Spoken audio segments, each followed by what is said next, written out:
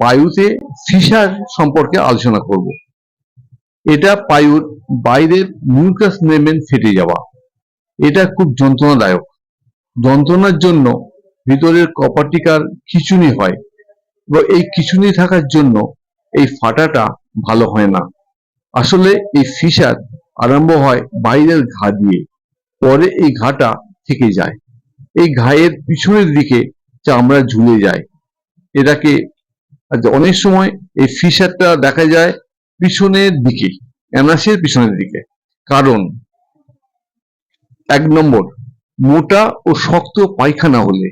2 নম্বর, constipation বা চাপ দেওয়া পায়খানার সময়। 3 নম্বর, অনেকদিন ধরে ডায়রিয়া হলে। 4 নম্বর, পায়ুতে সহবাস করলে। 5 নম্বর, বাচ্চা হওয়ার সময়। অন্যান্য কারণ, পায়ুর ইনফ্লামেটরি ডিজিজ থাকলে, পায়ুর ক্যান্সার হলে, HIV হলে, টুবারকুলোসিস থাকলে এবং সিফিলিস হলে। রোগীরা কি বলবে? রোগীরা এসে বলবে প্রচুর যন্ত্রণা হয় পায়খানা করার আগে ও পরে, প্রচুর রক্তপাত হয়, যন্ত্রণা অনেকক্ষণ থাকে পায়খানা করার পরেও।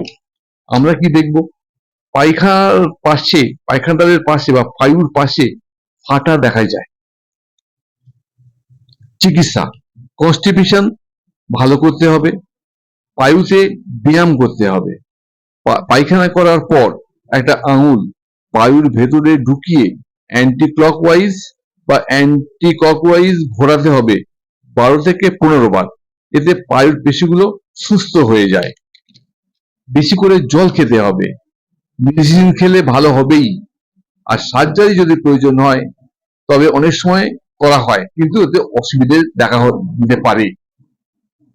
এবার কমপ্লিকেশন, এরপরে কি হতে পারে?